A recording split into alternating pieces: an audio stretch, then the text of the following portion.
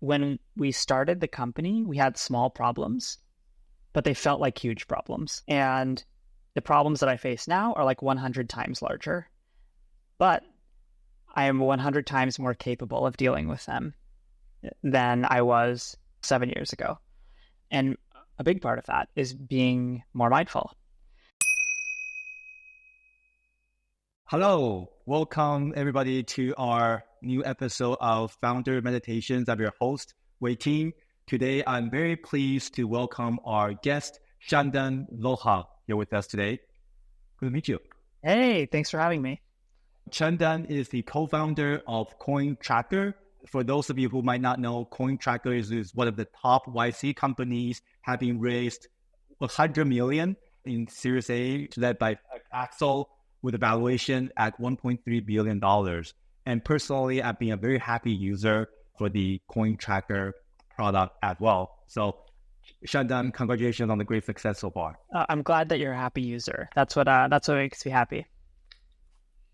Yeah. So it seems like a pretty happy few weeks for people in the crypto blockchain industry as well recently. Totally. I think we're recording this on Friday, March 8th, and everything is hitting all-time high. So yeah, it is fun to be in that environment. Yeah. For our conversation, I would love to let's just go right from the very beginning. So from your bio, you mentioned that you grew up in the Bay Area, in Santa Cruz, where on your bio says you soaked up in the sun and surfed. Can you please share a bit more about your childhood and your upbringing? Sure. So I'm Indian American. Both my parents were born and raised in India, and they, had the classic immigrant story of coming to the United States to build a better life for them and their family, which is me and my brother. And so my brother and I were both born in the United States, and we grew up in Santa Cruz. My dad was a professor at UC Santa Cruz, so we actually grew up on the UC Santa Cruz campus. For those of you who don't know, is basically like a natural forest wonderland. And it's also by the ocean. So yeah, I think I basically had the great fortune of growing up in a wonderful, nature-oriented, amazing environment and community. And it was very peaceful. It was very calming. It was very beautiful. None of which I appreciated at the time. Only in retrospect, going back, do I realize how great I had it. And yeah, I'm super grateful for that, and also for being in California, in Northern California, in proximity to really amazing technology and a lot of the amazing technological giants that were being built right in my backyard, basically, that I got access to, and I was able to visit Google in its pre-IPO days and stuff as extracurricular activities because I lived in the area. So yeah, I have a lot to be grateful for just because of the environment I was raised in. Growing up in Santa Cruz, was mindfulness or meditation part of your childhood as well? I would say indirectly, yes. Santa Cruz is a very liberal, progressive place. There's a lot of people who are really interested in Eastern traditions and mindfulness and meditation. I think certainly falls into that category. Plus, I have a huge amount of Indian culture sort of influence on me from my parents and my family and my ancestry. And I used to visit India every other year growing up too. So meditation and mindfulness were certainly in the air, let's say. But I wasn't sort of regularly practicing meditation growing up. And I'm just curious, because did your parents try to convince you to meditate on a regular basis? I'm just wondering. They never tried to convince me to do that, but it was certainly something that they talked about with admiration or something they looked up to. It's this is a good thing. Meditation is great. Mindfulness is a great thing. They're both my mom was a yoga instructor for early childhood education, teaching young kids and parents and teachers of those young kids how to do yoga. So yoga is sort of adjacent to mindfulness and meditation. So that was certainly in the environment as well. And my dad also practiced yoga too. So yeah, again, I was in the environment, but they were never saying oh, you got to go do this thing. Yeah. And with that background, so you decided to study chemistry and physics at Harvard. I'm just curious, what made you choose those majors? So I think on a serious note, I was very STEM inclined. I think just from a young age, I was just really interested in math and science and That's kind of where my curiosity led me to, and what I was most excited about. And then, in particular, that specific major of chemistry and physics was. I'm laughing because it was less curiosity driven and more just trying to minimize the number of classes I didn't want to take, and that major sort of optimized for that. Okay. Well, that's like a great hacker mentality of some sort as well. I guess. I don't know. Yeah, I was just trying to like avoid doing things I didn't want to do. Yeah. On your LinkedIn, you also mentioned that at Harvard, you actually started a coffee shop. Yeah, kind of random. A few of my roommates and I were basically, we were interested in doing something a little bit more entrepreneurial. And there, basically in the place we were living, there was no late night student space at the time. So we thought it would be a fun way to create a late night student space, engage the community, learn something practical, work on something entrepreneurial. So yeah, we built a coffee shop. Amazing. So after Harvard, I guess you joined Google as an associate product manager. Can you please share a bit more about your time at Google and Google X? Yeah, for sure. So yeah, it was my first job out of college. I joined this associate product management program, which is basically like a continuation of college. Or at least it was at the time. And just like, everything is kind of made easy for you. It was a very smooth transition from college into the workforce in that way. And there's a cohort of other people that are sort of similar age, similar interests. So it was a nice way to transition from an academic life into a professional working life with a lot of great amenities, a lot of smart people, a lot of interesting projects in the technology space, and have a good support system for doing that. So I look back on that time very fondly. I'm very grateful for it. I met a lot of amazing people through the program, and I was able to, do things I had no business doing based on my level of skills and experience. It was great. I worked on search. I worked on Android. And then I also spent 2 years working at Google X, which you mentioned, on this thing called Project Loon, which was basically about providing internet access to rural areas of developing countries through a network of stratospheric balloons. Actually, the project was unfortunately canceled. It didn't end up working out, but it was sort of like a precursor competitor to what is now Elon's sort of like satellite internet company project. Did you also meet your co-founder back at Google as well? I did. Yeah, multiple people who are at CoinTracker now are because of that. But one of the most important is my co-founder John, who we used to work together actually when I was an APM at Google on the Google search team, and he was one of those real hacker types who definitely did not belong at Google, but was actually also searching for a co-founder. It was good. It was a match made in heaven, and I'm really lucky to continue being able to work with him today. Oh, that's amazing. So how did the two of you start CoinTracker? So we had worked together before at Google, and a couple of years later, we were basically by total chance just ran into each other. And basically started talking about how we were interested in doing something entrepreneurial and starting a new project. And so we sort of quickly hit it off, and that we were both interested in doing something outside of Google. And we just basically took a leap of faith, jumped out of Google and started building stuff, testing things, talking to users, doing the whole, YC founder thing. And there were like a couple of common points. Like we were both really interested in fintech, and we were both really interested in personal assistance. So that this is in 2017, it led us to be more and more interested eventually in crypto. And, next thing you know, we're building CoinTracker. Was CoinTracker was that the first project that you guys have worked on and just become extremely successful? No. And I think anyone who tells you that, might be lying.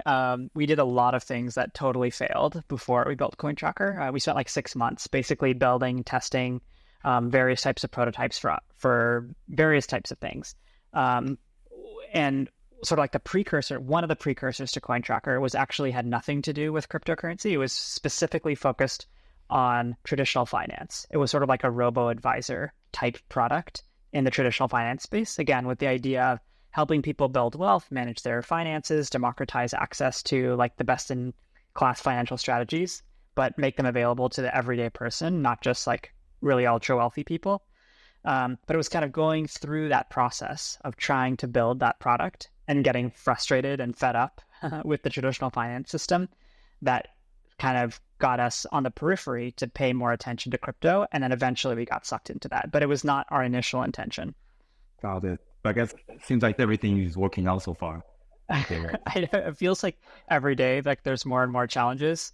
But yeah, I think like looking back, we've made way more progress than I ever imagined was possible in the very early days. And so I look back again with that, with a lot of, I don't know, pride, I guess is like the right emotion there. And in the day-to-day of things, it still feels like, oh my God, there's so much more to be done. We have so much further to go to achieve the aspirations that we have for our mission. So how large is the CoinTracker team right now? We're about 70 people. Is it a remote distributed team? It is, yeah. We're fully internationally distributed. So we have people all over the world. Got it. Now let's switch gear a little bit and talk about your mindfulness / spiritual / meditation journey. So how did you get started in the first place? Did you start this because building CoinTracker was super stressful, or did this start way before that? No, yeah, I didn't really seriously take meditation until I was a couple years into CoinTracker, but it wasn't because CoinTracker was super stressful. It was because my curiosity got the best of me, basically. And I think it was a combination of just constantly hearing people talk about how amazing, mindfulness and meditation is, and it's life-changing, and it's gonna like help you with all these things. And I kept hearing that over and over and over again. Like, it kind of had come from like the cultural background I had grown up in, which we kind of talked about a bit, but it also came from just being in like the environment I was in. I was like living at Stanford for a while, and there was like a lot of tech people there. And, I was like reading these books and listening to these podcasts, and, basically it's impossible to like go through there without someone telling you that meditation is changing their life. And so I just got sick of hearing that over and over again. And I was like, fine, I'll just try it. The downside is pretty low. I'll waste some time, and upside is, maybe it'll change my life. So I'm sort of get really attracted by those things in life that have this like asymmetric upside. So the way I went about starting it was I downloaded Headspace, which was like the most popular meditation app that I knew of at the time. And I would basically spend probably like 5 to 10 minutes each weekday morning just listening to Headspace and kind of like silently trying to focus on my breath or whatever the guided like Headspace meditation was. And so, yeah, that's how I got started. Our experience is somewhat similar. In recent years, there are so many smart founders and podcasters and team fairs. People keep telling us that, you go to the gym to stay healthy, to be fit, and you want to be smart like us, you should do meditation like us as well. So I did. I also remember back in 2018-ish, I also tried Headspace for the first time, so I become a paying subscriber. I also did somewhat casually, 5 or 10 minutes, definitely not on a daily basis, but eventually I just forgot about it. I didn't notice that big of a difference back at that time, so I basically just stopped at that time. That was my experience. Yeah, my experience was very similar to what you're describing. I basically gave Headspace a try. I'd do it 5 minutes, 10 minutes, whatever. And I can't remember exactly. I should go back and look, but I did that for maybe like a few months, maybe like a month or a few months. And then I just gave it up. It just kind of like, it certainly wasn't life-changing. The podcasters had lied to me. And maybe on a really good day, I could say I felt like 5 or 10% better max, but really barely perceptible, if anything. And mostly it felt imperceptible. So I kind of was like, I don't know if I'm doing this wrong or it's just not for me or what, but it's not doing anything. There's no result here. This is not worth my time. So I'm not going to do this anymore. And I basically, I churned. So I guess, did you end up not using any of those, mass market meditation consumer apps anymore? Do you still use any apps right now? So I totally churned. Maybe it'll be helpful to walk through like my journey, because now I'm back into the meditation game. I don't currently use any apps, but maybe let me tell you a little bit more about my journey. So I churned, and I was kind of like, yeah, meditation's not for me. And, back to living my life outside of meditation. And then it was actually in an unexpected way that I got more interested in meditation, which is that in 2020 during COVID, I tried psychedelics for the first time. And part of the reason for that was there's a variety of reasons. I guess like the main reason is curiosity, but one of the reasons was I started listening to another podcast called Waking Up and another one called Making Sense, both of which are created by this guy, Sam Harris, which, you know, it sounds like you're very familiar with.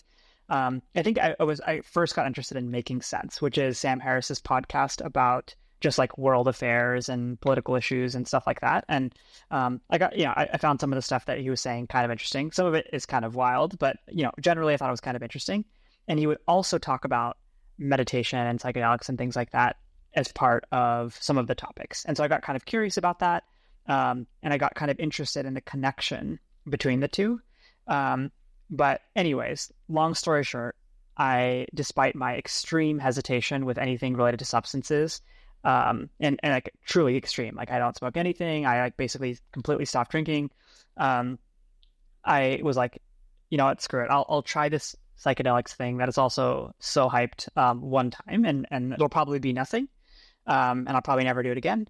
But, you know, just in case, again, asymmetric upside, it's as, you know, amazing as all these people are saying, let's just try it one time. And so I did, and it changed my life. It was life-changing. And it completely gave me a new perspective, which was I have never experienced like my brain or consciousness in this type of way before. It feels like I've been awakened. And I want to be in this state of mind like all the time. And so I can either just do a psychedelics all the time, which I don't want to. Although I hear people are microdosing all the time nowadays. That just didn't really resonate with me. And kind of like the obvious other choice seemed to be like, I should give this meditation thing another go and build up this muscle myself, so that I can access it all the time or whenever I want. And so basically overnight, my interest and motivation to meditate and experience a little bit more depth in mindfulness went from 0 to 100. Amazing. Was it the only time that you tried psychedelics? Since then, I've definitely like had like a little bit more exploration. But I think like the thing that has interested me even more than that has now been mindfulness, because I think the analogy that other people have used that resonates with me too is, at least I can see from my experience, is that psychedelics sort of felt like being teleported to like the top of the mountain and sort of like seeing clearly for the first time in my life. And then I just kind of gradually come down because it's it's a substance and it has like a limited half-life. Versus mindfulness is sort of like the practice of learning how to climb the mountain and doing it like it's a slog. You gotta do it day by day. You learn and you climb, but eventually you build that skill, and then you have that clarity of mind, clarity of thought, clarity of vision, whatever, all the time. And that's like a more sustainable sort of approach for that. So like that kind of has been my core motivation to build that skill. And by the way, I'm a complete beginner. Like I'm an absolute novice, but I'm trying to learn more because it's something that has truly changed my life. It's incredible. I guess similar to yourself, I tried psychedelics for the first time about 2 years ago. Also because folks like Sam Harris, who seem to be, I guess, legitimate, smart intellect, who know what they're doing, they keep saying that there are actually great benefit of taking psychedelics if you know what you're doing. Even guys like Andrew Huberman, they seem to be big proponents for, I guess, responsible usage of the right kind of psychedelics nowadays. I guess, pun intended, psychedelic can really be a good gateway drug for people to step into meditation and spirituality. Similar to yourself, I did my first psychedelics during the early stages of me doing meditation, mostly because Sam Harris kept saying about like he did like psilocybin and so forth. So I did it, and the psilocybin was the psychedelic that I tried for the first time. It was also life-changing as well. And that was actually before me that was at the time when I was doing about 20 minutes a day of meditation, and that was before I went to do the 10-day Vipassana retreat that completely changed my life even more. So I can definitely say psychedelics can really be this step function, at least to make people believe that this is actually possible. Totally. That a lot of what you're saying really resonates and parallels with me. I personally have had a really, I would say, very positive impact on my life from psychedelics for the exact reasons you're describing. I do want to caveat that by saying, like, it is something to be taken sort of seriously. And, for those, this is not just like a necessary blanket endorsement of psychedelics, at least for me. And like, I do think it's a very interesting thing. If you're interested, I certainly encourage you to like educate yourself and learn more. Like, there's lots of good resources out there, like Michael Pollan's books on how to change your mind, for example, is a great resource around this. But yeah, I do think it's something to be taken sort of seriously and thought through, because it's it can be life-changing, and so you got to be careful with those kinds of things. But for me, it has been really positive influence, and it really got me more interested in meditation, like exactly like you're saying. And as a result, I started basically meditating with waking up 5 minutes a day, 10 minutes a day, 20 minutes a day. And then eventually I also did a Vipassana 10-day silent meditation retreat, which was also a life-changing experience for me too. So on the waking up app, do you have any favorite teachers on the app that you follow? I feel like I wouldn't be able to like answer that well. Like I haven't used waking up in multiple years now. So I was doing it basically religiously on an almost daily basis for a while. But then after I did the 10-day silent meditation retreat with Vipassana, I basically switched my meditation style to stop using apps and basically just sit myself in silence. One app actually that I have tried since is called Insight Meditation Timer. And there are like some good meditations there too. So that is something I would recommend, especially in the early days of like someone starting their journey. It was very helpful for me, for example, to have some guided meditation instead of just being kind of thrown into the deep end. But as I've evolved, I've actually found it more helpful for me to have totally clean open space, no headphones, no app, no nothing. I just use a timer on my phone and just sit myself.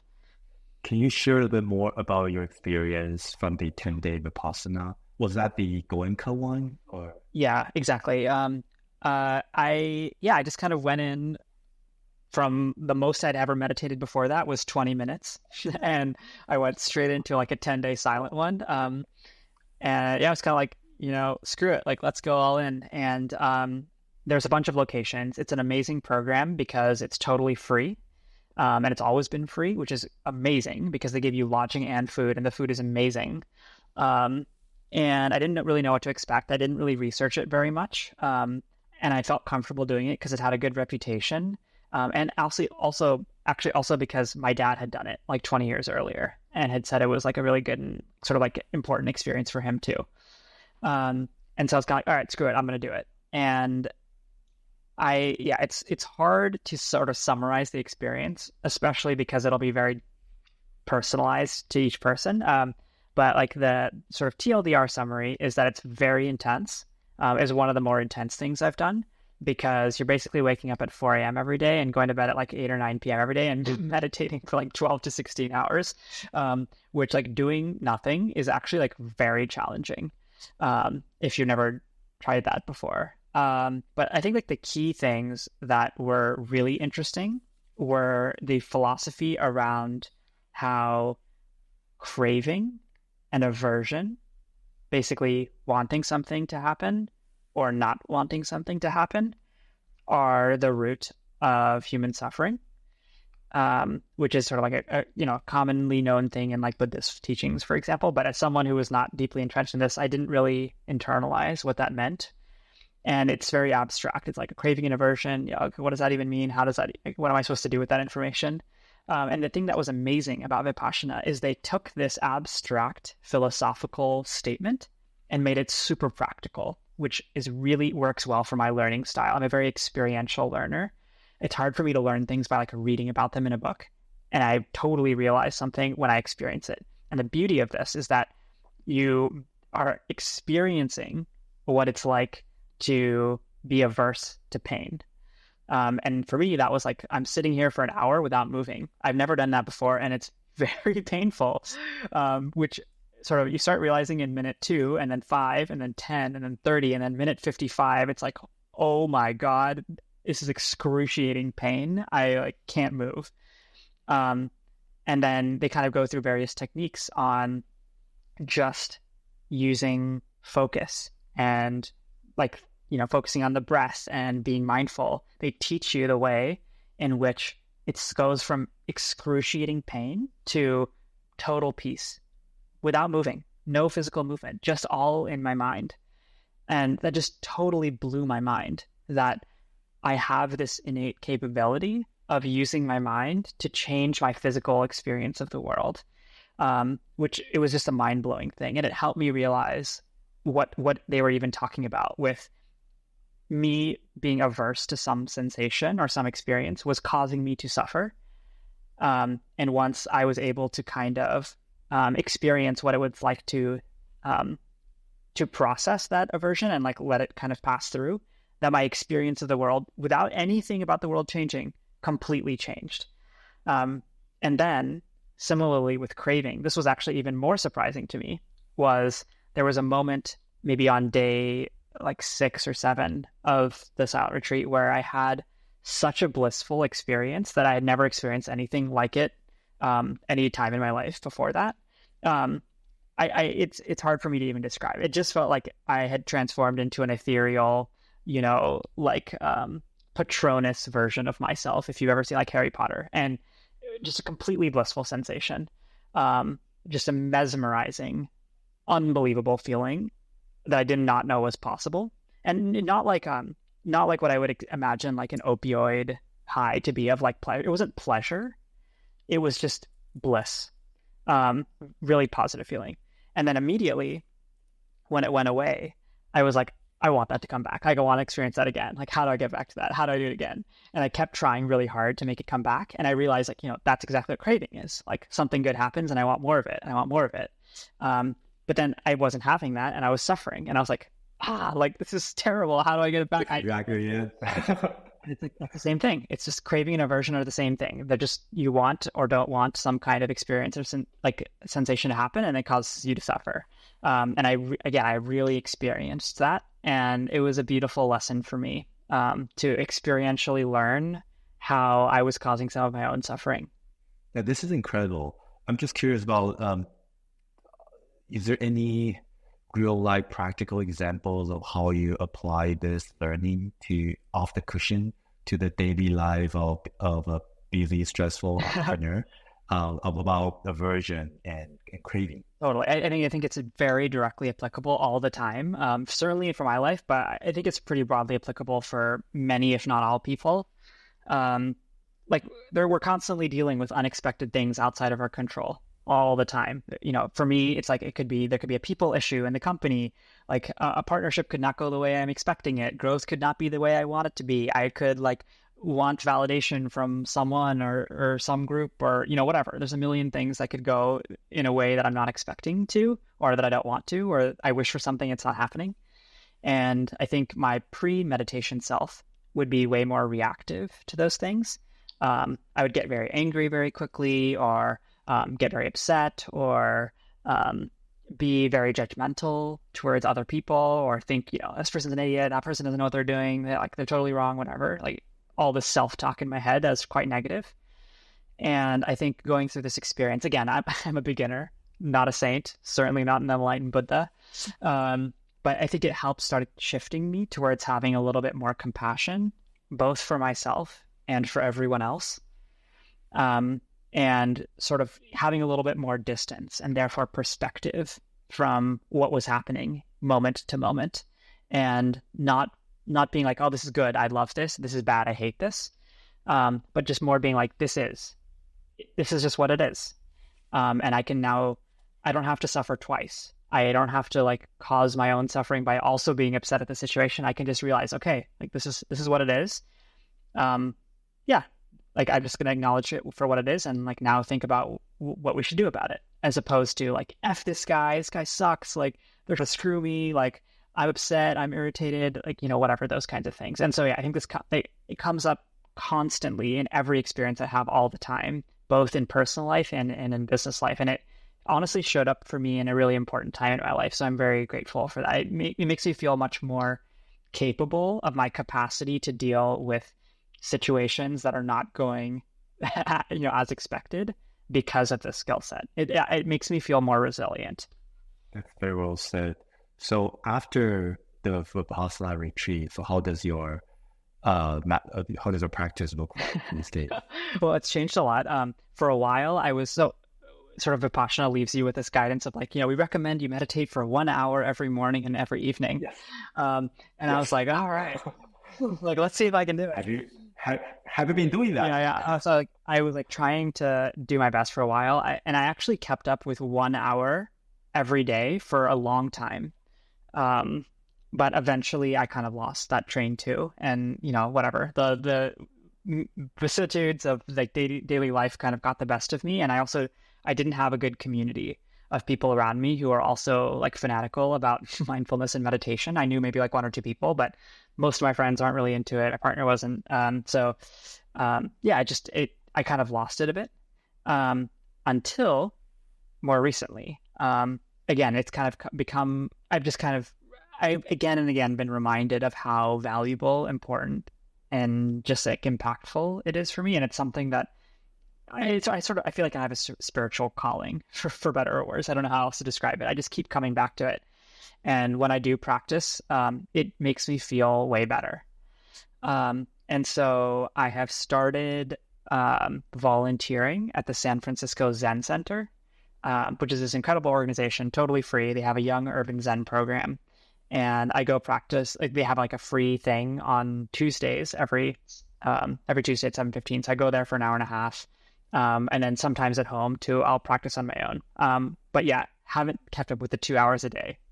So what brought you to the San Francisco Zen Center? And that's also, if I'm not mistaken, that's also the Zen Center where Steve Jobs used to go to. Yeah, I think that's right. I'm not, you should fact check that. But I've been told that by more people. So I think that's right. I think the reason that I was drawn to it in particular was I just wanted to explore this sort of like spirituality and mindfulness more. And they have a sort of structured way of doing that. So it helps me build a habit out of it. Number 2, I wanted to do some volunteering. And so that was great. It like helped me feel like an ability to do a little bit of service. And then number 3 is that there's an amazing community there. There's a lot of other people who are interested in the same type of thing. And so like, that's a really great thing. And it's helped me build like, a community of like-minded people who are interested in the same topic. So a combination of those things drew me in, and I'm really appreciative for that too. So do you practice mostly Soto Zen nowadays? Again, like I'm a beginner. I don't really understand deeply the differences between like Zazen and Vipassana and stuff like that. I think they're in many ways quite similar. I'm sure there's like some more subtle differences, but yeah, I do go sit Zazen with them on Tuesdays. And then when I'm on my own, I typically kind of do what I know, which is the Vipassana style of kind of like body scans, focusing on sensations, focusing on the breath, things like that. And then I've actually also done another silent meditation retreat on my own, just self-organized. And I actually hope and plan on doing one this year too. So trying to keep it up in multiple ways. That's amazing. Would local, I guess, meditation centers such as San Francisco Zen Center be something that I recommend other startup founders to check out? Definitely. I would recommend anyone to do it, like startup founder or not. It's totally free. The commitment is very low. You can come for one time and just see if you like it or not. So if mindfulness or meditation or something in this vein is something that you're interested in, I'd highly encourage someone to check it out. And yeah, again, if it's not your cup of tea, great. You never have to go again. And if you do find yourself interested in one of the topics or one of the talks or just giving it a try, it's a great way to dip your toes in. All right. So now let's switch gear a little bit. We talked about your entrepreneurial journey a little bit. We talked about your spiritual journey a little bit. We'd love to learn more about the intersection between running a startup and also your mindfulness practice. So just curious, how is it like running a company now with a regular meditation practice? Yeah, I don't even know how to like begin answering that question. Like, what is my experience like? I think it is okay. Here's the best way I can describe it.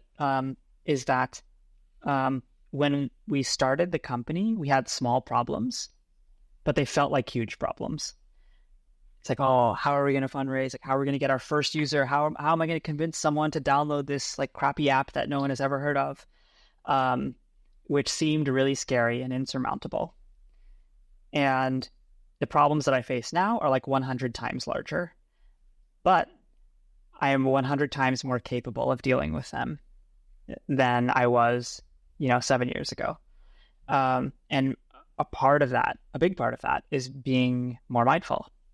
And there's other skills I've learned along the way too. But the journey of being on a startup, like startups are all about growth. And it's sort of like the further you go, the problems get harder.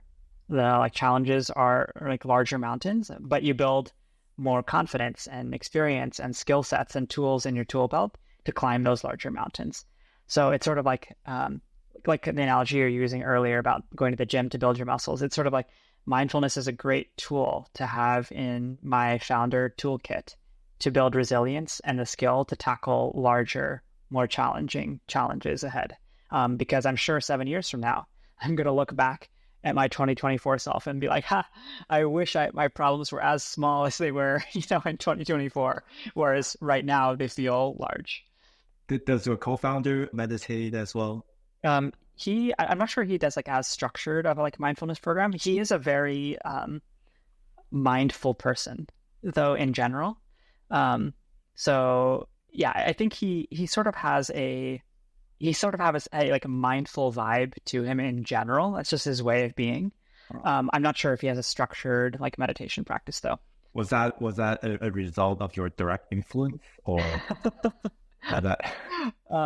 I am sure I have rubbed off on him in certain ways. And like I've talked to him about all this stuff in, excruciating levels of detail.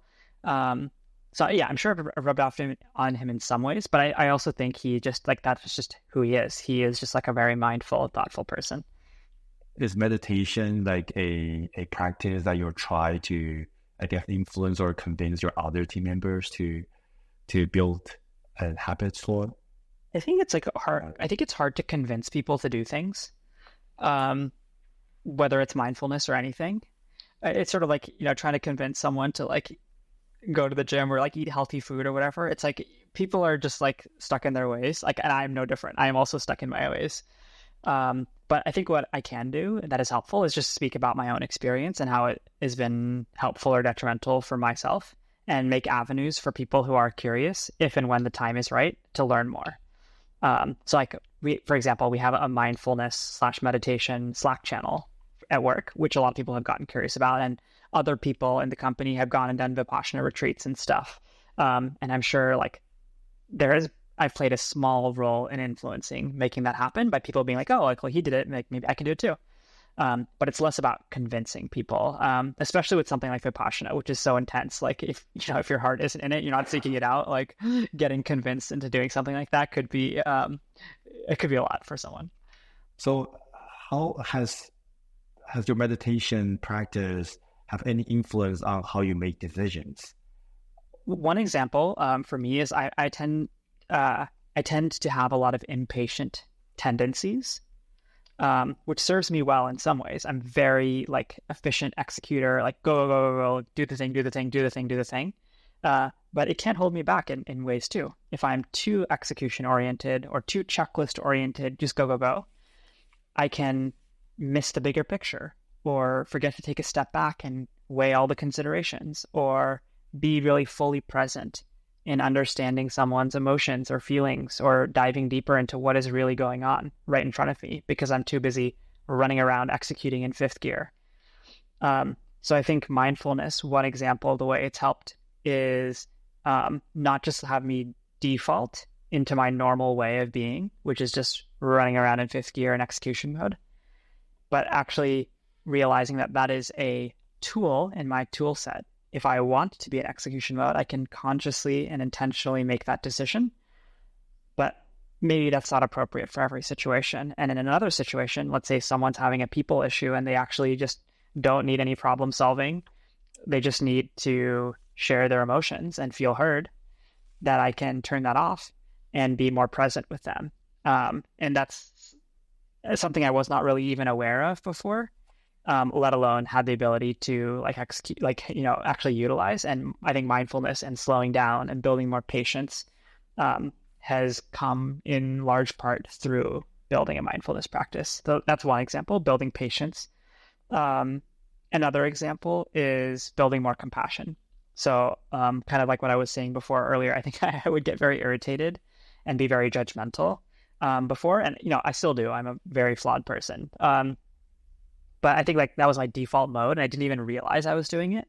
I was kind of just like, yep, I'm the best. This person's an idiot. Like, I'm right, they're wrong.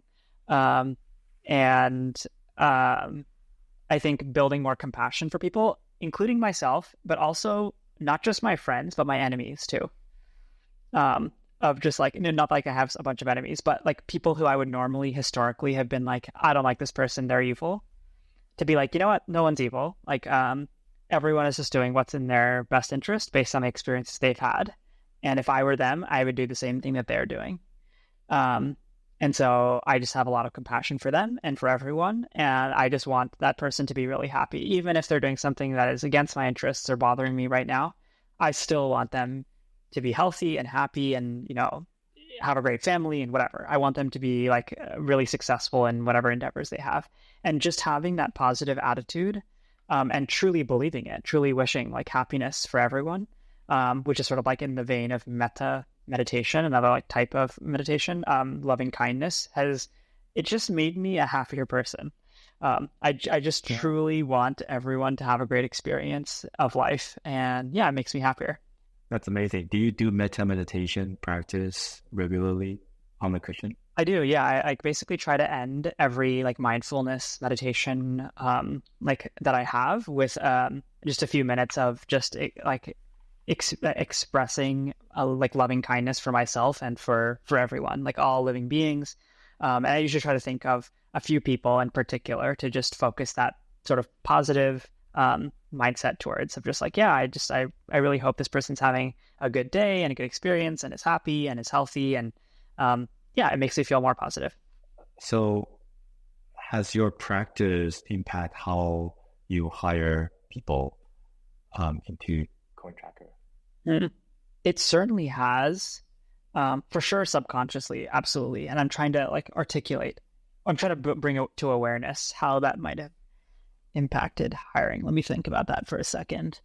I do not fully understand how it has impacted our hiring, but I'm sure it has, because it's impacted every waking moment of my being.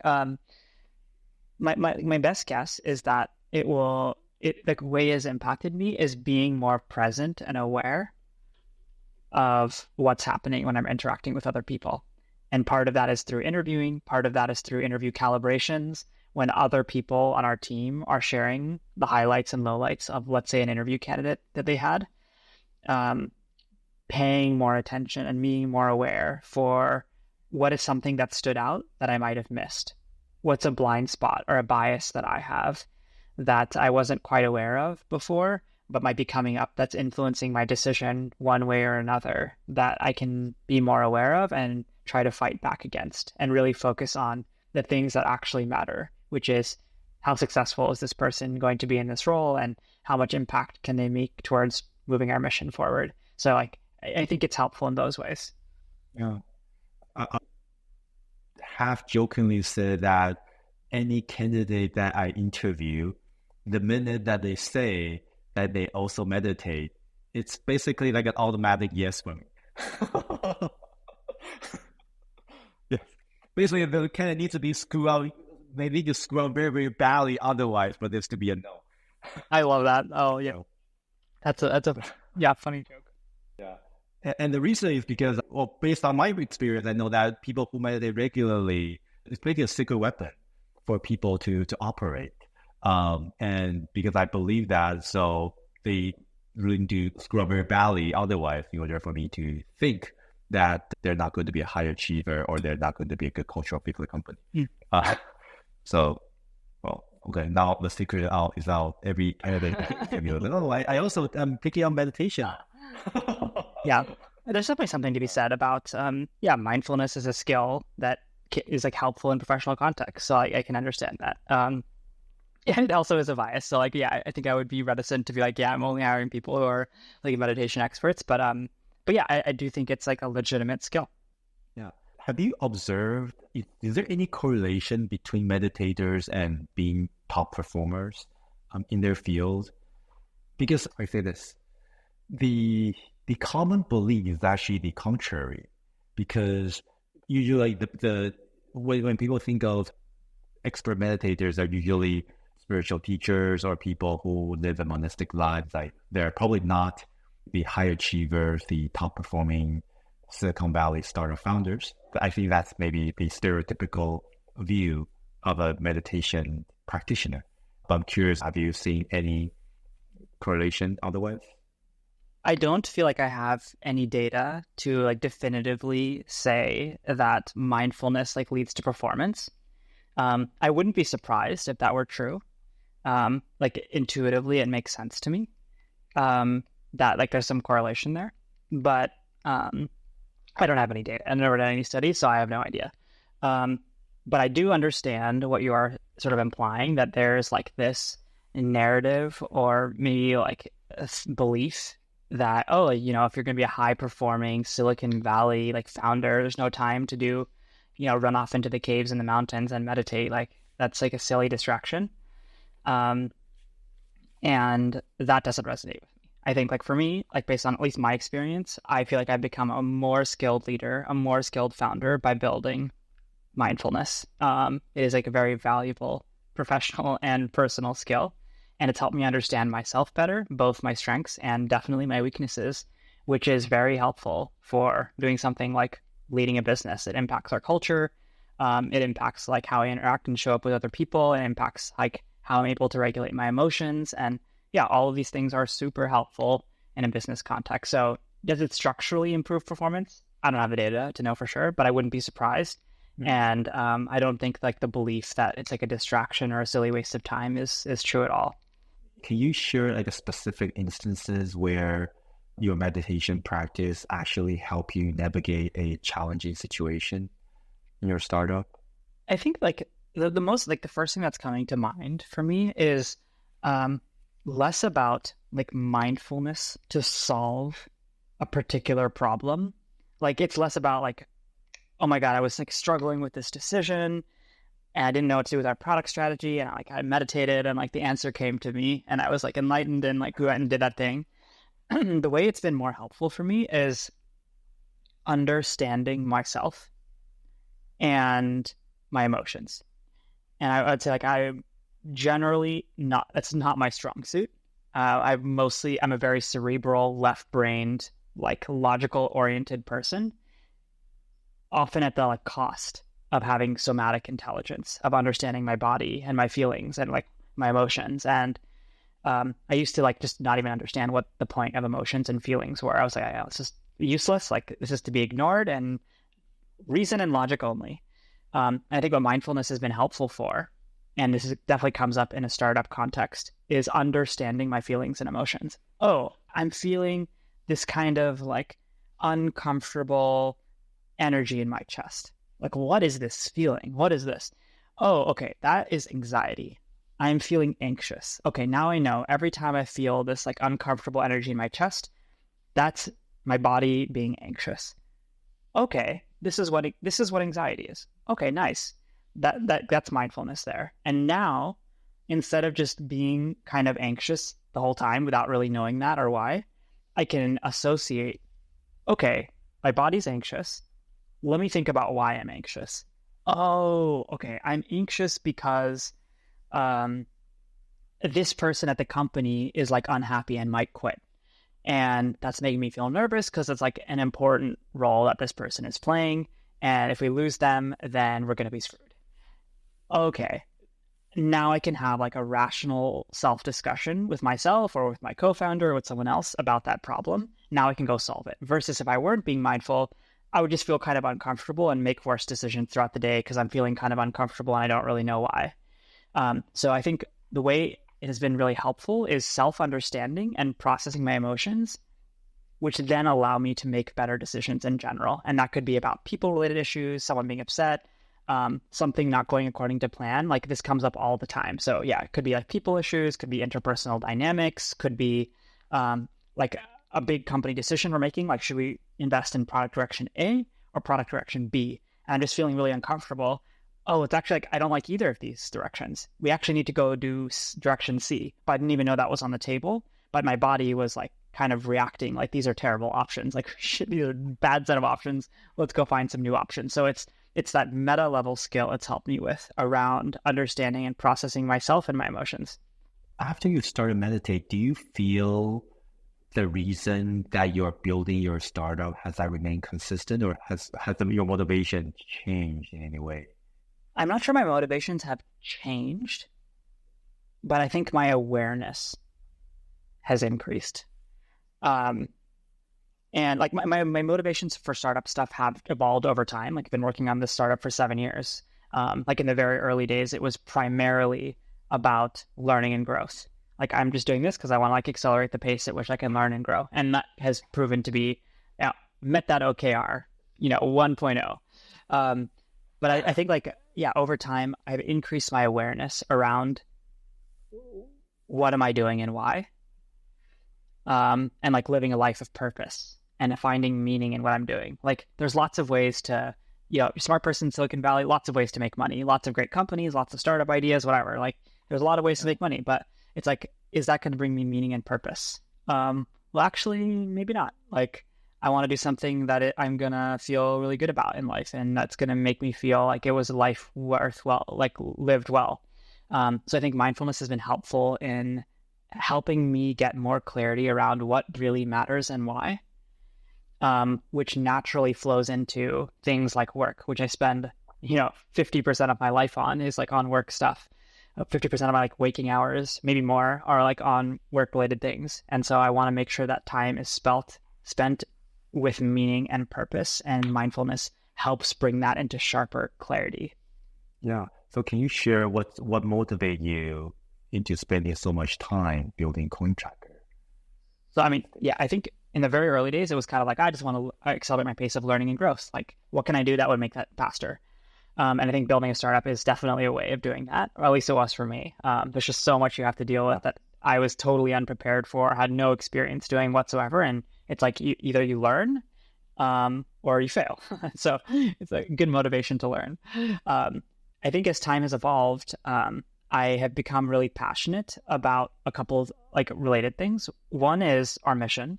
So at CoinTracker, for example, it's to enable everyone in the world to use crypto with peace of mind. And I think that is going to make our world a lot better. And so that's very motivating for me. I think the traditional financial system is, really broken and really messed up and could be a lot better. And so I'm motivated to increase like economic freedom in the world. And this is one small way in which I can do that. So I'm excited about that. Separately, we have like 70 plus people on the team now. So I'm really motivated for creating a culture in an organization that enables these people to do their life's best work and grow and learn and make an impact and like build financial wealth and well-being for themselves and their family. And that brings me a lot of meaning. I really love that. Like one of the most meaningful things that's happened to me at CoinTracker is when someone recently on our team said like the project that they worked on was the best professional work experience of their life. And that brings a lot of purpose and meaning for me because it makes me feel like, wow, not only are we improving the lives of our users by building a product that's helpful for them, we're also improving the lives of our employees and teammates by creating a working environment that improves their life. So those are some examples of things that bring me meaning and purpose and make me feel fulfilled and joyful in what I do. That's incredible. The reason I'm asking this is I've known a few folks in tech, I guess myself included. There will be at least some time during our meditation journey where we will lose motivation in the real world. For me personally, especially right after coming out of the 10-day silent retreat, I feel extremely blissful. This is amazing. the entire world doesn't seem as real as before. And this character, this seems like a game character that we're playing, right? So I remember there's this meeting that I attended immediately out of the 10-day retreat. My team was like passionately showing me all these dashboard with numbers. I said, it literally felt like numbers in games. Yeah. It felt very, very far away. I thought, I don't really care too much about these numbers at that time. Yeah. And of course, things gradually come back. But I also remember talking to another founder. He mentioned, after going to the Vipassana retreat, he felt like this is meaningless. He seriously thought about maybe he should sell his company and go live in the mountain for some time. I tried my best to convince him otherwise. Hopefully I was successful. But just curious, did you encounter anything similar to that? I can definitely relate to that. And I have experienced something like that before. I think after both psychedelics and like meditation too, it's sort of, like feeling like there's a higher purpose or meaning for my life or life in general. And just like, why am I wasting it doing XYZ thing? Should I just go to like the mountains and like really focus on awareness and enlightenment or whatever? I did actually pretty seriously consider that at one point. But ultimately I have always kind of come back to trying to find awareness and meaning in the day-to-day, not trying to like go find it somewhere else, like in the mountains or something, but find it in the day-to-day. Find the meaning and the joy in the day-to-day. Find the meaning and the joy in like what I'm already building. I think it will shape me over like the arc of my life, in that I think I'm way less likely to go work on, like a miscellaneous SaaS productivity tool or something after this, because I think it'll be harder for me to find the meaning and purpose in that work, versus something I'm just like deeply at my core very curious about. But yeah, I can definitely relate to what you're saying, especially when you're coming out of one of these experiences jarringly back into like the default world, and just being like, what is the point of this?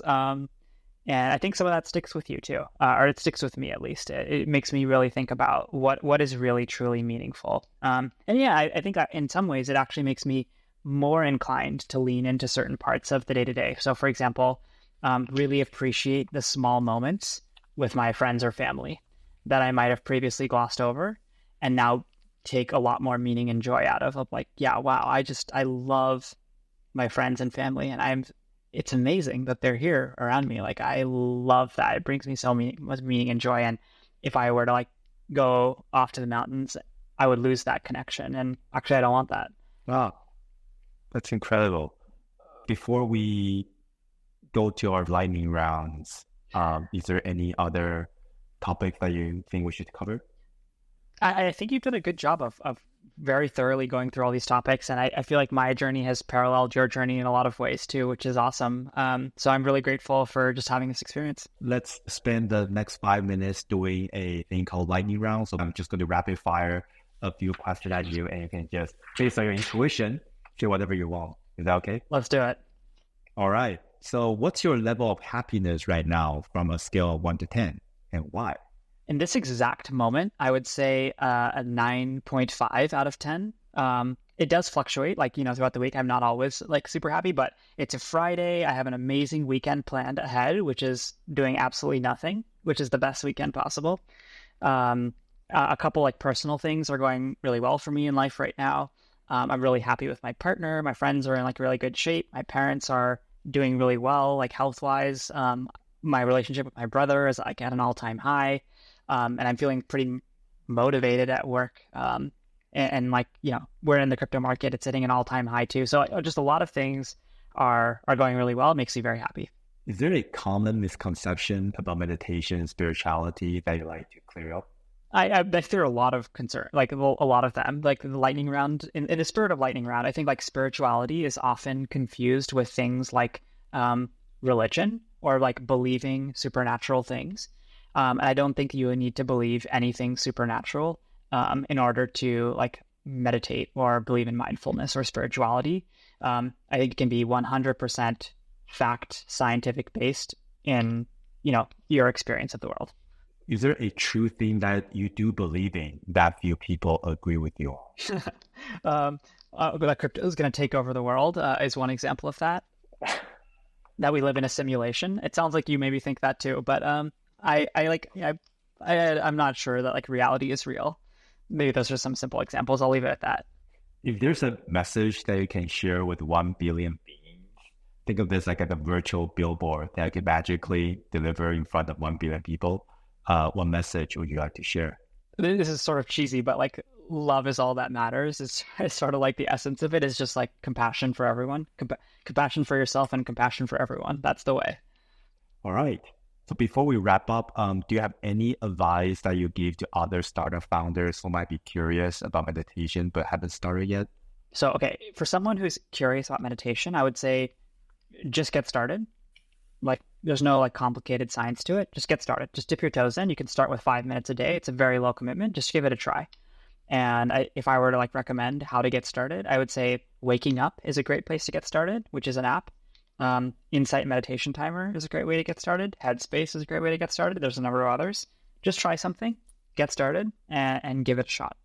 Are there any other books or YouTube channels or any resources that you recommend to other people to check to do more? There's a ton of stuff out there. I think it's easy to get overwhelmed by like how much stuff there is. So my recommendation would be like just stick with something simple. If I had to pick one thing, I would say like Waking Up.